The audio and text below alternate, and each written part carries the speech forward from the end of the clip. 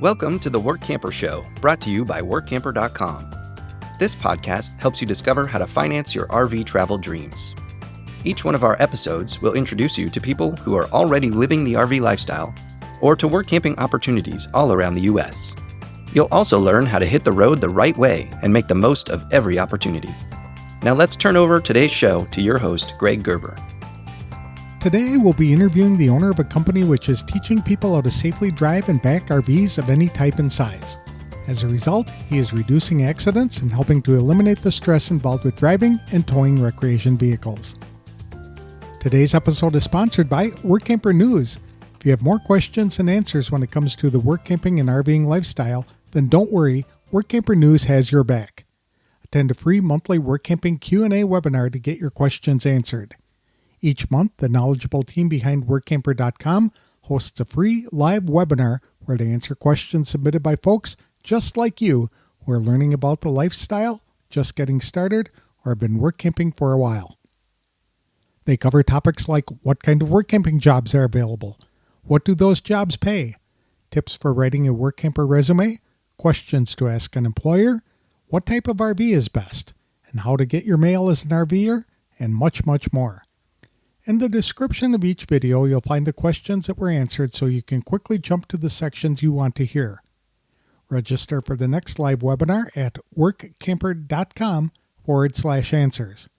Or listen to detailed answers now by watching the recordings of past Q&A webinars on the Workamper News YouTube channel at youtube.com/workcamper and click on the Q&A on Work Camping playlist. George Mayleben served as an instructor at the RV driving school for 8 years until he took over the company in 2011. The company has grown considerably since that time. Today there are 107 independent instructors teaching students in nearly every state. In addition to teaching people how to drive RVs, the school also teaches people to operate commercial vehicles such as bloodmobiles and bookmobiles. In fact, the company can provide training on how to safely operate any type of RV from big Class A diesel pushers to smaller pop-up campers. The training George's company provides is invaluable because RV owners do not get any lessons on how to drive motorhomes or tow RVs from dealers after purchasing a unit. Often the need for driver training is hampered by a misguided belief that people should know how to handle an RV because they've been driving for years. But there's a big difference in the dynamics involved in driving a vehicle with a long wheelbase compared to even the largest SUV. Another frequent problem is that generally one person does all the driving, but the spouse or partner has no idea how to do it safely. It becomes a problem when the primary driver is sick or injured and can't drive.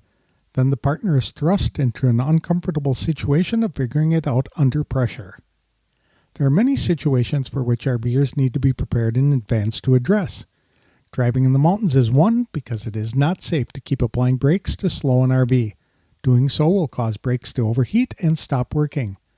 Another situation is learning how to navigate around fuel stations without damaging the RV or the pumps. Because RVs have such a long wheelbase, many RVers find themselves in embarrassing or unsafe situations due to the wide tail swing which occurs when turning.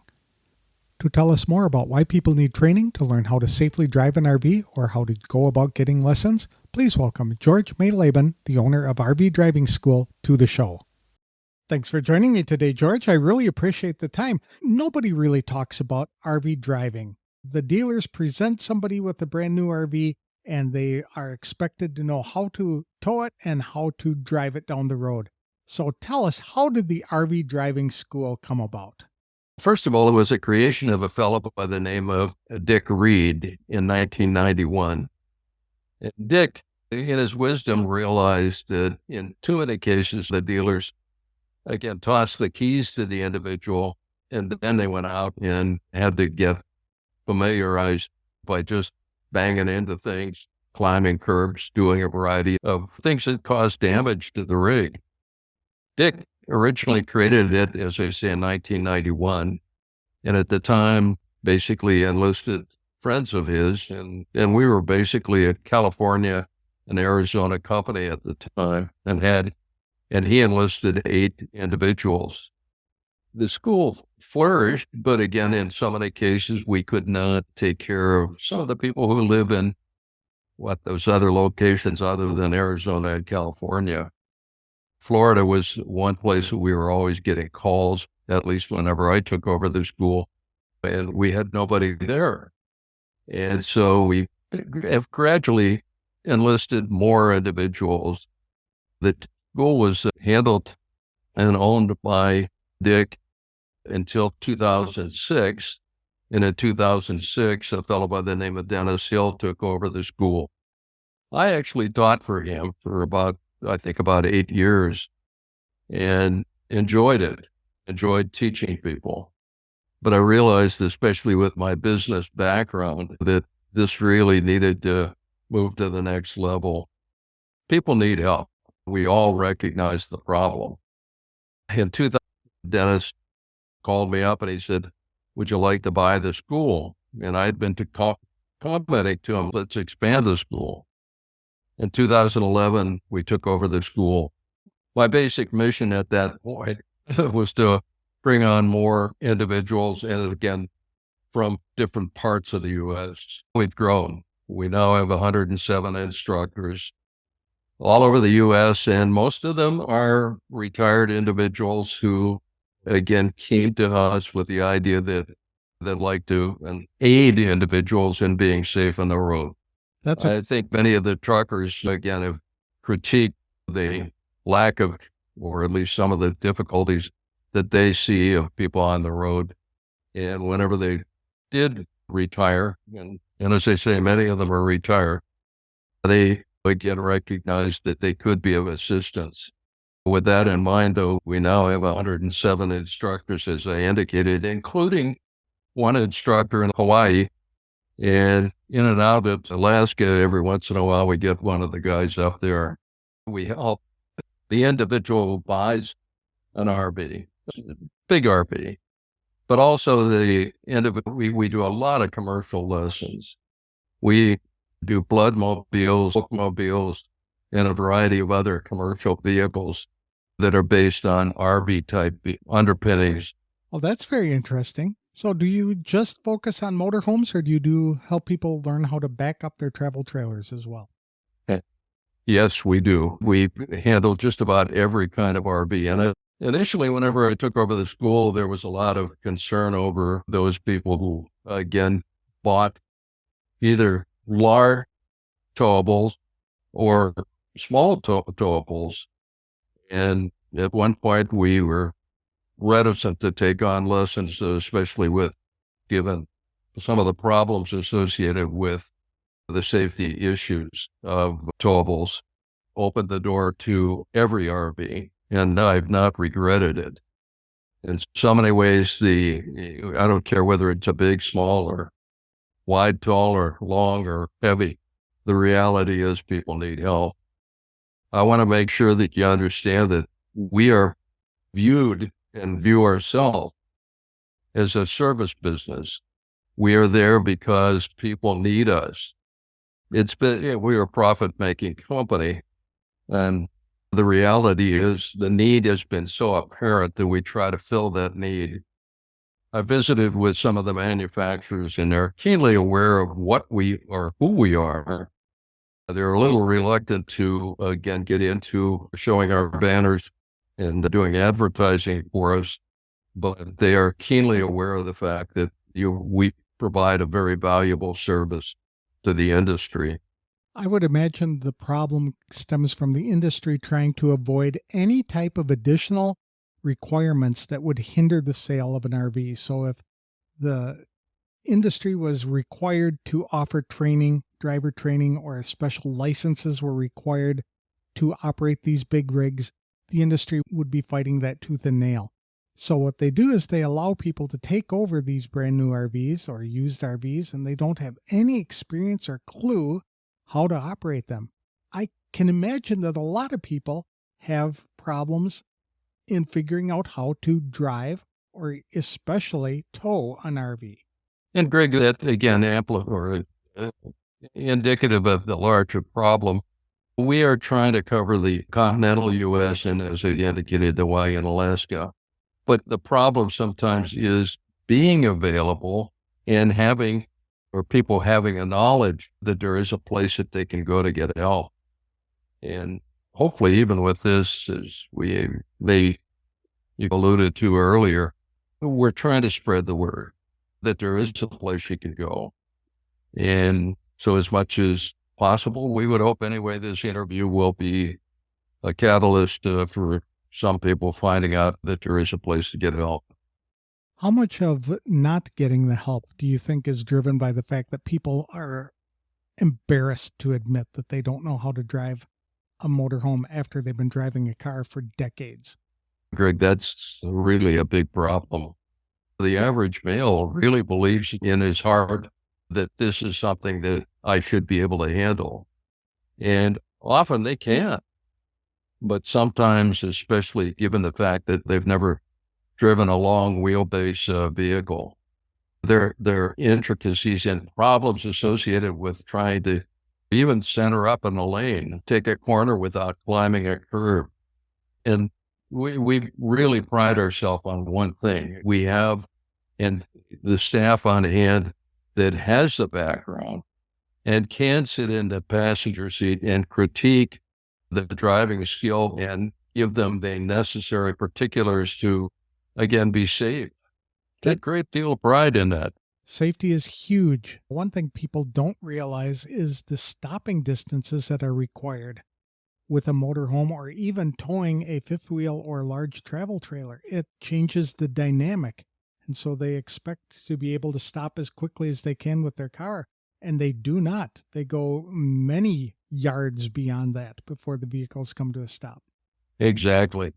Compounding the problem, too, is many of the people that we help, and I want to emphasize the word help, it's a little bit hard to, again, discuss with an individual of perhaps advanced age that they're going to go through a lesson. We try to address it as we're going to try to help you be safe. And it sounds like a little bit of a game on words, but we are there to try to help the individual be safe. What kind of services do you provide to RVers? First of all, the primary role of the school is, I try to make sure that everybody understands, we are there to help them drive. So we're not there to, again, present a videotape. We're not there to, again, hand out a book. We're not there to hand out a sheet that outlines these things. We're behind the wheel instruction. We take them out onto the road. We critique what they're doing. We want to make sure, though, that the lesson, typically it's 2 4-hours or 2 6-hours a day sessions.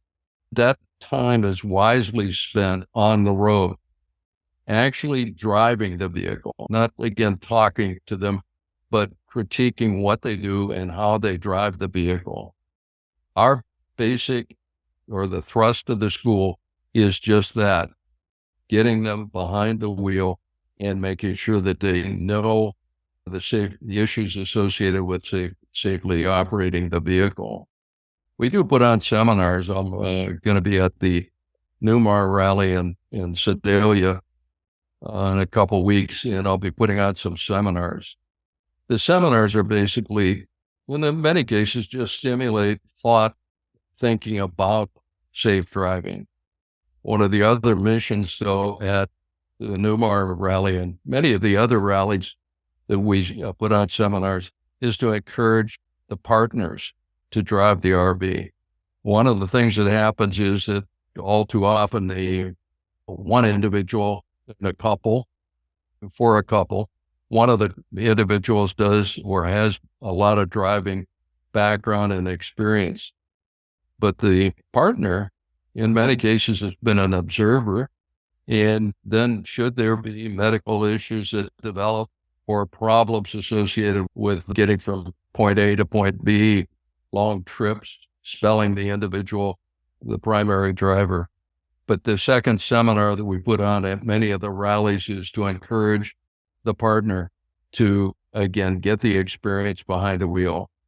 The last thing we want is to have some medical event occur and the partner is there saying, my God, I can't handle this thing. I have no idea how to even disengage the air brake system, as an example. So again, twofold primary mission. One is driving a safe driving seminar about some of the relevant concerns of driving a large vehicle. And then the second seminar that we typically put on is to encourage partners to, again, get into and experience driving. That is so important because we have all heard stories about the primary driver breaking a leg, spraining a leg or a knee or something like that, and not able to get them behind the wheel to move the RV, and the partner being lost as to what to do. And now they're really in a conundrum because they have to go somewhere, but the partner doesn't have an idea on how to operate the rig. So I think that's very good advice for partners to also learn how to drive the RV or to tow it. This secondary educational function that we've really encouraged manufacturer rallies invite us. And incidentally, I want to get invited. I don't want to push myself into anybody's rally, but we want to make sure that we have people on staff who are ready and skilled at presenting some of these relevant concerns, both safety and encouraging partners to drive. But we put on a lot of them. We just finished the Renegade Rally in Spearfish, South Dakota. We're very honored the FMCA invites us to all of their international events. And we put on behind the wheel lessons and a lot of seminars for them. But this is the second facet of the business. But remember, again, the primary business model is making sure that we get competent people sitting in the passenger seat to aid and evaluate and make sure that good driving, safe driving techniques are employed. You had mentioned that the students learn how to drive on the road. Does it actually start by going down the street or in the highway, or do you start in a parking lot where people can get comfortable behind the wheel? Greg, that's a very important point. We are helping people who have widely varied experience levels. Some of the people have never driven anything bigger than an SUV. Other people have driven, on occasion, a U-Haul truck or have had a truck, some heavy vehicle background. But each of our lessons is adapted to the need of the individual. The problem that we see often is if we had a lesson plan, as an example, that puts people who have a fair amount of background in a position of not gaining a great deal from the lesson. Conversely, the individual who has no other experience other than an SUV, but a position of, hey, I really need help. It may be very simple, just driving out of the lot and making sure that they understand long wheelbase is going to require a discipline or at least a different approach to and making the corner. So again, all of our lessons are very much customized to the individual. I would imagine that would be very helpful because the individuals each have different needs and different levels of experience. So there's no one size fits all kind of thing. You'd mentioned the wheelbase as being something that you're trying to instill to RV drivers, that things are going to change, because we see that all the time as they're trying to turn corners down here in Arizona where they actually cut it too short and they wind up on the curb. And when they wind up on the curb, they sometimes wind up in the traffic signals themselves, and that's not a good thing at all. What other kinds of things do RVers learn during the training? In so many ways, it really is a very adapted lesson.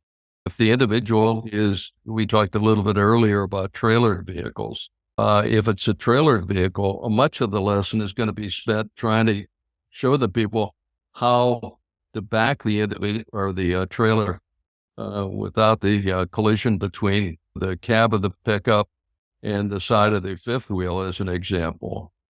But to your concern there, again, it assumes that this is what we're going to, or these are the things specifically that we're going to cover. We have 7 broad things that we want to cover with an individual. In so many ways, though, the real coup de grace is, how do you drive in the mountains? Greg, these people have gone out. And a lot of them have spent an inordinate amount of money to buy these large vehicles. And the dream is to travel the U.S. with it. And if you're going to drive the whole U.S. and you're going to go to a place like Moab, Utah, and you're coming from Massachusetts, I'm going to tell you, you're going to need to get acquainted with mountain driving. And so the coup de grace, if you will, the final part that I insist every instructor to spend a lot of time talking to the individual about is keeping that vehicle under control in mountains.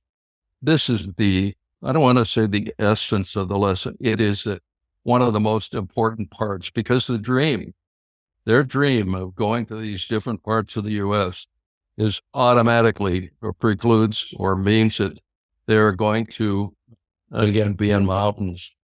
And if they're going to be in the mountains, God forbid they don't understand how to or decelerate the vehicle using jake brakes, exhaust brakes, proper technique, and not riding the brake, things of that.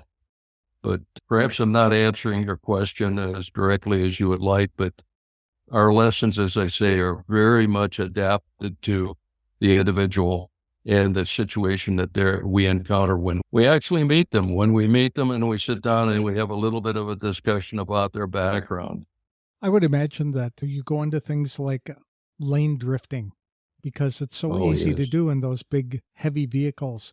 And when you're towing RVs, etc., that's also a problem with the back end moving a little differently if they don't have the equipment in there to stabilize that. So do you teach that kind of thing to people? Oh, absolutely. And Greg, one of the things that sounds a little trivial, but getting into the bump islands at a fuel up. Yes. I'm going to tell you that when I go to an RV park and I'm out walking the dog at night, inevitably, no, I shouldn't say inevitably, I look for people who have swing out damage. Swing out damage is damage done whenever they drive into the service station directly. It's an easy approach typically to get into the station, but getting away, typically there's a 90-degree turn, and the islands are always protected with a substantial post or something like that. And if you swing too broadly and you have a long or a tail end of the vehicle that swings, it can cause some significant damage in the rear end of the vehicle. But some of this is, again, very much let's get out and roll. Let's get this vehicle out. And we want to teach you some of the things that are obvious, but very relevant. And sometimes it's a little thing like the horn on the roof. Many of the RVs, especially the bigger ones, have the air horns on the roof. And my comment is, have you ever heard that thing? Have you ever blasted that horn? And when you get into an intersection and you're driving a large vehicle like we're driving, and that light is about to change from green to red, and you're going through that intersection because you got caught between, you better be ready to use that, blast them on the roof, those horns on the roof. And even if it's a weak-kneed horn under the hood, people need to be aware that some of the safety devices. When we're in Miami, everybody uses their horn. But I'm from Minnesota, and Minnesota nice, you don't honk your horns. But it's a safety device. And so some of the lesson is consumed with some practical matters. Sounds inconsequential, but it is consequential to the overall safety of the person driving that rig. I know I learned the hard way that you cannot back up a motorhome if you have a towed vehicle behind it. That was something that was never explained to me, and first time I tried it, I just screwed it up tremendously. You couldn't do it. So there are many times, like you had mentioned, in the driving lanes or the fuel lanes, where I'd get into a situation that because I was turning too sharply, my towed vehicle was about to encounter those big pipes and concrete barriers that protect the pumps. So I would have to unhook the towed vehicle in order to move. It was just a complicated process. And having that kind of instruction would have saved me a lot of headaches and embarrassment. You're getting to a point, though, that I'd like to make here, and it is patience. In so many ways, RVing really requires a discipline that says, I have to be patient. I have to be aware of the fact that sometimes I have to unhook and move the vehicle out of the way in a proper manner. But sometimes I'm going to have horns honking at me. Sometimes I'm going to have people gesturing, not politely. And the reality is that this is part of the lesson that we hope people pick up on as the lesson goes on. You're going to have extreme patience. In an SUV or a car, the family car, you can get away with a lot. But sometimes you're going to get into an intersection where in order to make a right turn, the completion of the turn is being interfered with by traffic approaching the light. And you're going to have to wait until that person in the car blocking your path, you're going to have patience until that individual moves. And again, the somewhat sad commentary with many of us as males is that our patience level isn't too great. And if you get impatient with that, I'm sorry, but this can be a result in some not good results. That's an excellent point, George, because I think RVers have to understand that they also have a right to be on the road, and that when they're operating their vehicle, they have to feel comfortable doing so. They should not feel rushed, because that's when mistakes happen and that's when accidents occur. I've adopted a term, and incidentally, I've been involved in automotive safety all the way back to the 1970s. And one of the terms that I've adopted is, I call it accommodation. In accommodation, I used to fly a small aircraft. And whenever you're in the air, you give way to the larger commercial planes. On the ground, we are the vehicles that need accommodation. At times, we need people to get out of our way. And that accommodation means that we really have to have that patience to expect. And the need is very apparent, and they're going to have to wait until things clear up, until the situation is safe to proceed. Where is RV Driving School headquartered? I'd like to believe anyway that I could say that Olathe, Kansas, where I'm located, is the headquarters. But in reality, for 10 years, we were full-time, and we ran the business out of the back of a 42-foot Monaco Camelot. And it's very fluid. Our people, our instructors, are in many cases full-timers who, again, enjoy the North in the summer, and you can imagine where they end up in the winter. Right here in Arizona. Got wheels. Yes. You said you had doctors. Does that mean that you can provide driving services pretty much in every state? It's very fluid. Our instructors have the great luxury of being able to say, if I'm in Duluth, Minnesota, I can put on the map. If you go to our website, rvschool.com, rvdrive.com, you can see a map, and the icons on that map are very fluid. So if an instructor is in Duluth, that individual can say, hey, I'm available for lessons during whatever period. To answer your question, though, would like to believe anyway that we have good coverage across the whole 48 contiguous states. But I've got to tell you that, as I say, in the summertime, we got a lot of people north and or limited number in the south. And conversely, during the winter months, our people, though, again, have the great luxury in large part to have an RV and to be able to post where they're going to be or where they are. It's changing, though, all the time. People need to have an RV before they can go through driving school, correct? It's not something that they take before they purchase their vehicle. Absolutely. One of the problems we saw initially We had people come to us and they say, I'd like to rent an RV and find out what it's like to drive an RV.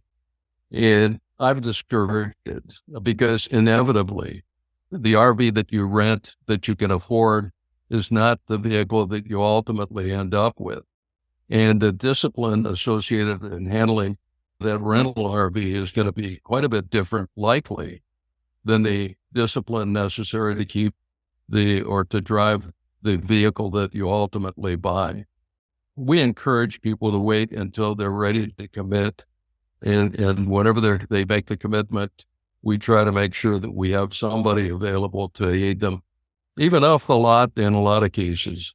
Should people take refresher courses, especially if they're changing RV types, like going from a motorhome to a travel trailer? Oh, you bet. I would say perhaps as many as 20% of the people that we help are people transitioning. Maybe they drove or had something as small as a pop-up. They might have had a small travel trailer. And now all of a sudden, I shouldn't say all of a sudden, they go out and they buy a Class A diesel pusher. But we do a lot of you're upgrading. You've got some basic knowledge of the Thetford toilet, some of the basics of the RV, but now you need to get acquainted with the safety issues of driving that larger vehicle.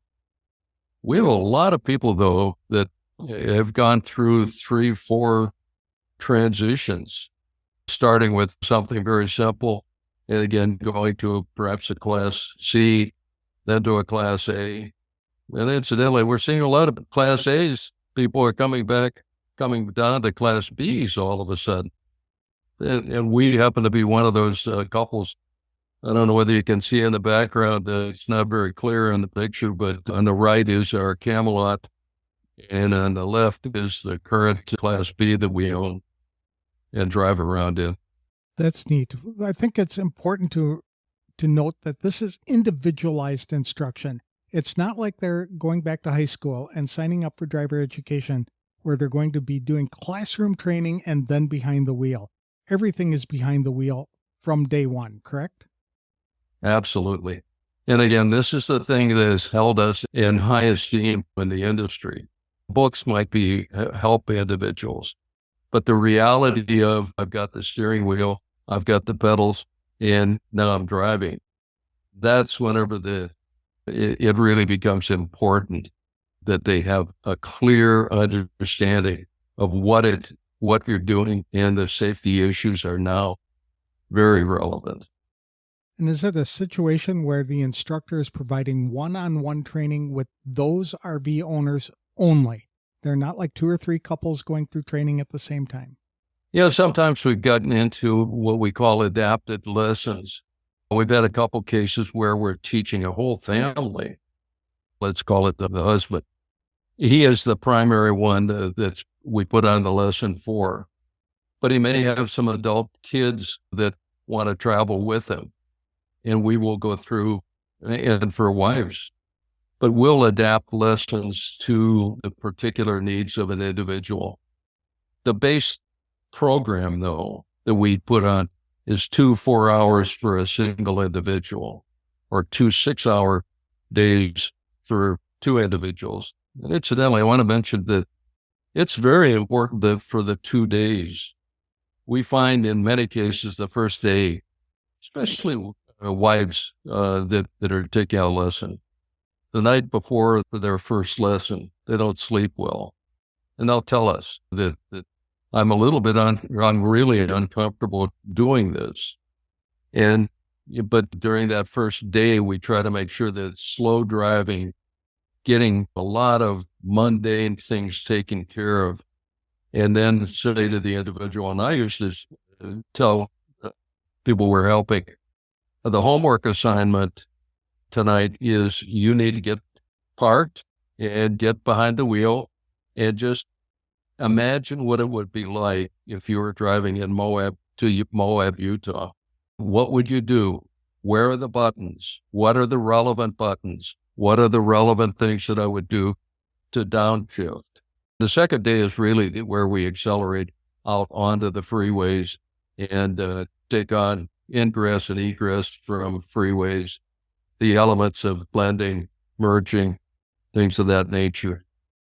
That's a very good point before the training begins, to even sit behind the wheel and learn how to adjust the mirrors. Well, one of the things that we've had a number of people who, as an example, and frequently from women, I'm not mechanically inclined, therefore I'm not too sure I can handle the RV. And my response is, every once in a while, Valerie, my wife, leaves me alone and I have to use a washer and dryer.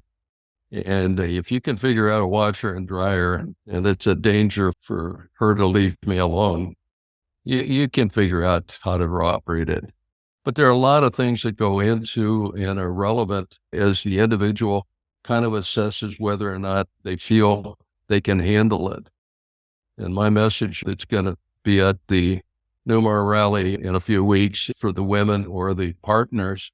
Incidentally, we have a lot of gay partners that we instruct. But the reality is you can do it.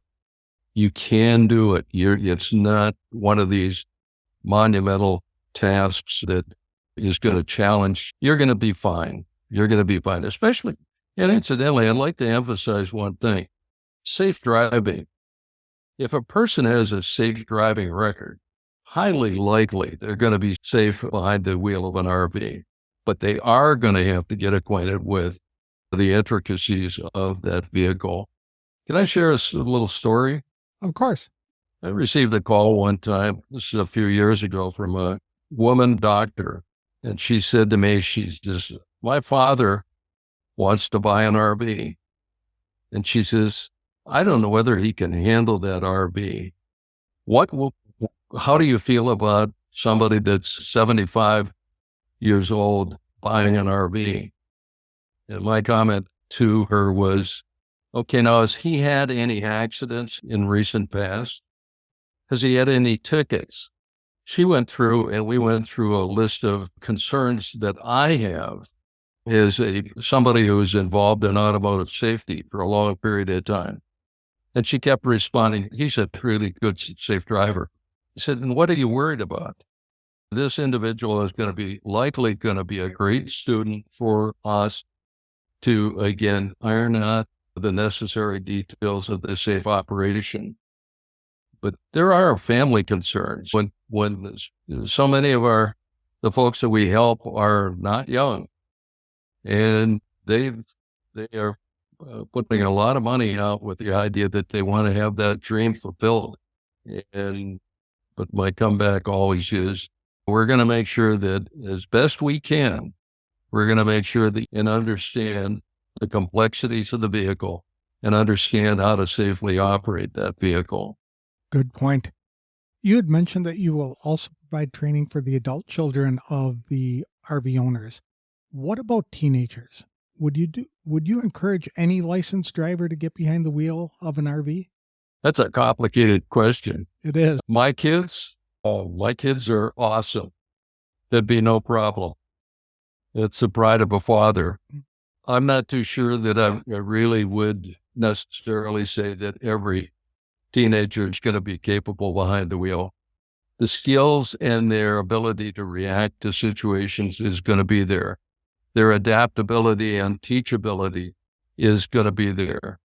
But you really need to have somebody the individual really has to be somebody that's basically a responsible teen. We've had a couple of experiences where the individual drove too fast. And there is that temptation, especially whenever we get an instructor sitting in the passenger seat. That a lot of the male individuals want to show off to the instructor. And in many cases, we say, I'm sorry, but we really have to get an understanding that this is not something that we take to the Indianapolis 500. And so we do spend a fair amount of time just trying to get everything properly or attitudes properly adjusted, whether they're a teen or whether they're a senior, male, female, gay partner, whoever it is. We need to have an understanding early on. Incidentally, one of the things that we encourage, especially if we're putting on a lesson for the secondary driver, often, let's just say that we're teaching or helping a woman who is trying to get acquainted with driving the RV.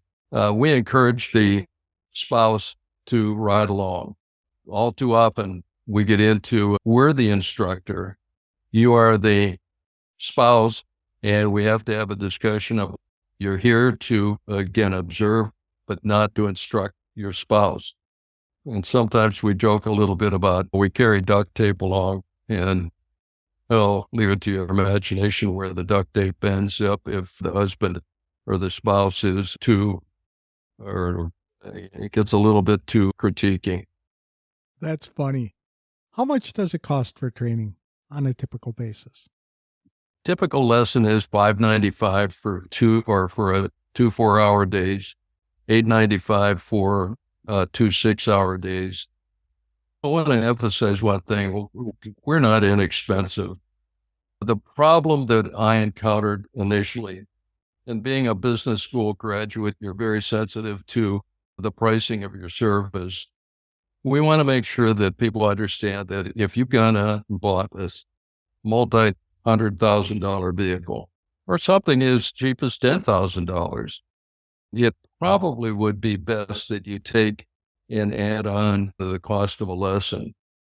But sometimes in order to keep and have a staff that's well-trained in the quality of what we offer, I've felt it's very important to price and to make sure that the price is not excessive, but not something that is easily dismissed. I want top quality people. I want a top quality experience for the people who come to us. I do not want, nor will I tolerate, anything less than a great, safe driving experience for the people who come to us. Are you accepting applications for people who may want to become instructors? Absolutely. And we have a site, or on our website, off on the very right side of the primary screen is an opportunity for people to apply. I do have 2 stipulations before they even start. First of all, they have to have heavy vehicle background. Most ideally, they've driven perhaps the likes of a semi. So that's very relevant, because then they understand attitudinally that you have to be very cognizant of what's intersection problems, wheelbase problems. The second part of it is we insist that they have RV experience, because the last thing we want to have is somebody that, again, has all of the skills to teach, but have no real understanding of what an RV is and the particulars of the modern RV. Our RVs are getting very, I don't want to say unique, but they certainly are not the same as the cab of a 18-wheeler. And therefore, whenever the individual who we bring on staff has to have that excellent heavy vehicle background and a knowledge of where the industry is and some of the complexities. As an example, slider pin boxes are becoming a necessity with some of these crew cab pickups and fifth wheels. So again, it's very important that they have a good understanding of what the modern RV is. Where can people get more information about the services that you provide, or to even schedule some training? RVschool.com, is the website. And on there was a map. And if they click on the locations, they'll see a map of all of the locations. And if they click on each, or if they have if they want to have a lesson in Shreveport, Louisiana, and there's an icon there, they click on it, they'll see the instructor and the available time, any stipulations as it relates to getting the services of that instructor. Very good. Thank you so much for this information, George. This has been very informative, and I hope other people take advantage of this opportunity to learn how to safely drive their motorhomes and tow their fifth wheels, and travel trailers. I want to thank you, Greg. As I say, one of the greatest things that I would hope comes out of this is a knowledge around a group or with a lot of people that they're going to see this, that there is a place you can go to get competent advice and counsel to be a safe driver.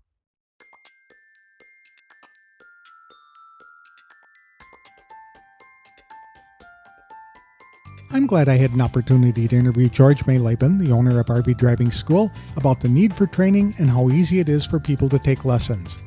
Because there are 107 independent instructors working in nearly every state, it is relatively easy to get training at times which are convenient for RVers. Many of the instructors are experienced RVers as well.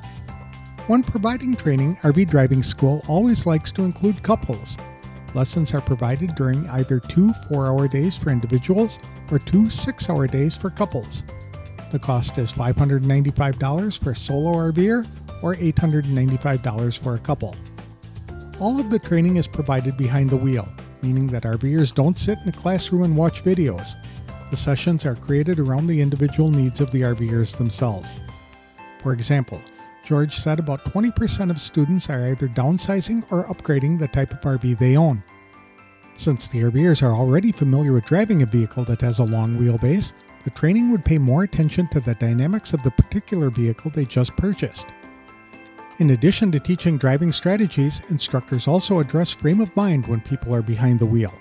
When operating a big vehicle, other drivers sometimes do silly things, like cut people off or pressure RVers to move faster than they're comfortable driving. In those situations, patience is needed. George reminds RVers they have just as much right to be on the highway as other vehicles, and they should drive as fast or as slow as they are comfortable driving. RV Driving School is also looking for experienced drivers who want to be instructors. They must have experience operating heavy vehicles as well as driving RVs. To find an instructor near you, visit www.rvschool.com. People who are interested in being instructors will find more information at www.rvschool.com/instructor-application. Today's episode is sponsored by Workamper News. With its Diamond and Platinum membership tools, Workamper News is much more than just a job listing website. When you put the tools of this professional service into action, you'll find out just how easy it can be to turn your work camping dreams into reality. The one-year memberships open the door to a one-stop shop for all things work camping. Being the original resource for work camping, you'll find the largest number of job listings, be able to connect with a community of work campers, and view resources compiled by experts who've been enjoying the RV lifestyle for many years. If you're serious about leading a successful and enjoyable work camping lifestyle, then a Diamond or Platinum membership is for you. You can even get started with a free 30-day trial by visiting workamper.com/trial. Embark on new adventures today with the support of Workamper News behind you. That's all I have for this week's show. Next week, I'll be talking to the CEO of a company that specializes in building RVs with innovative living and working spaces.